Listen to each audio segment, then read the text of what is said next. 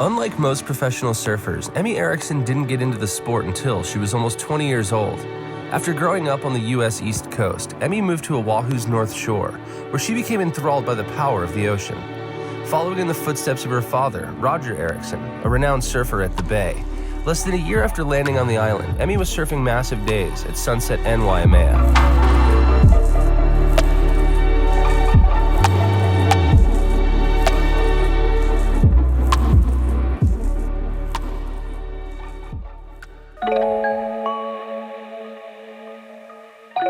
My name's Emi Erickson, I'm 31, and I'm from the North Shore of Oahu.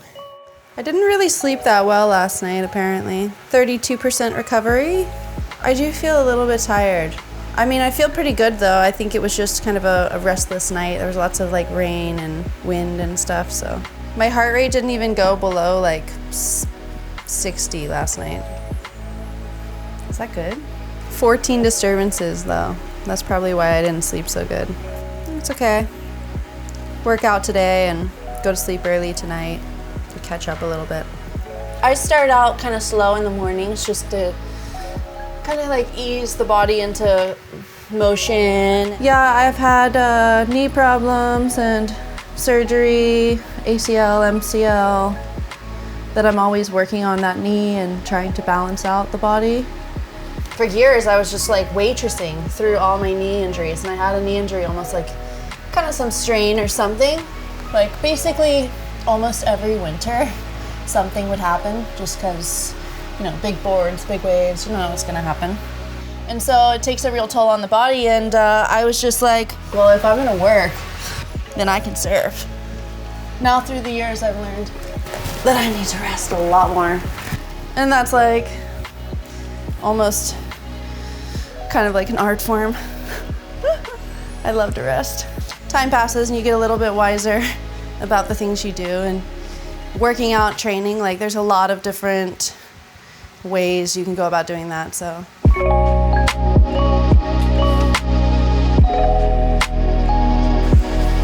water, my phone.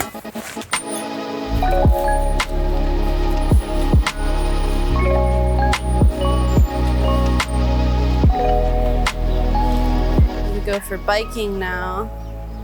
Start activity.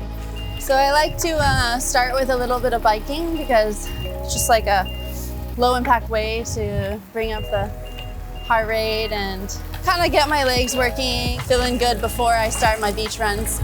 So yeah, I bike from my house here at Sunset to Rock Piles, and I usually go from there to Keiki's beach run and stop every now and then intermittently to do some body weight exercises, push-ups, some ab stuff every 100 meters or so, and then keep running. So from Rock Piles to Keiki's and back, and then I'll bike back home again.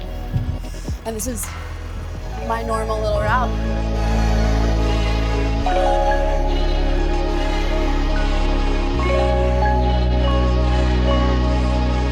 Here we are at the Rock Piles Lifeguard Tower. So that was a good little warm up. Got the heart rate up to probably like, I don't know, between 130 and 150 the whole time, which is good.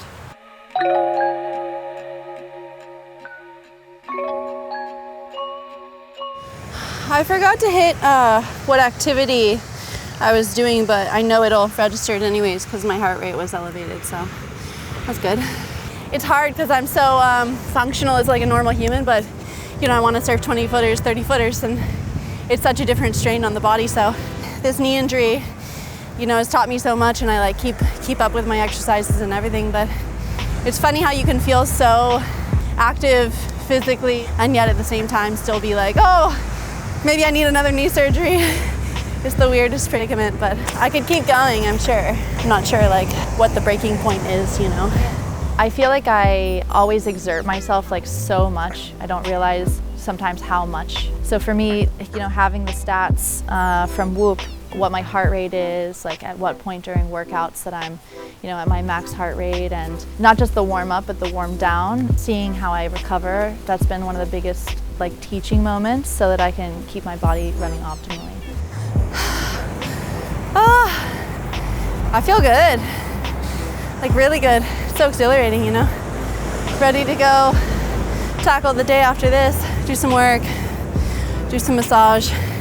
I'm not really much of a gym person, and there's a few little gyms around, but like the environment and everything out here is so enticing to get into. So the bike path and run the beach, and there's so much you can really engage with. There's so many little hikes and stuff around. So when the waves are firing too, I'll go for a body surf if I have time between workouts and work and massage and stuff. So I love body surfing, like probably a little too much. I just go full on into things. Feeling strong, time to bike home. Gotta remember to hit start this time. 3, 2, 1.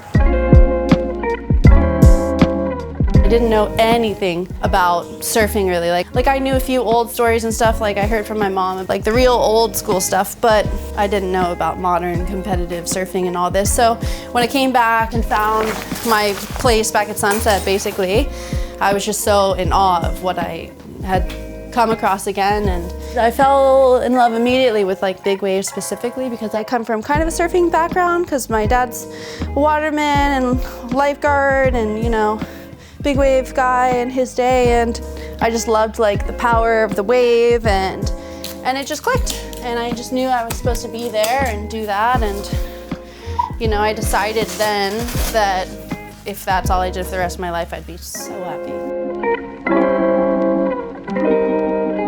We're gonna do some Muay Thai, take me out of the comfort zone, and it's always good to do things you're not good at or you basically have no experience with, so yeah, we'll see what happens.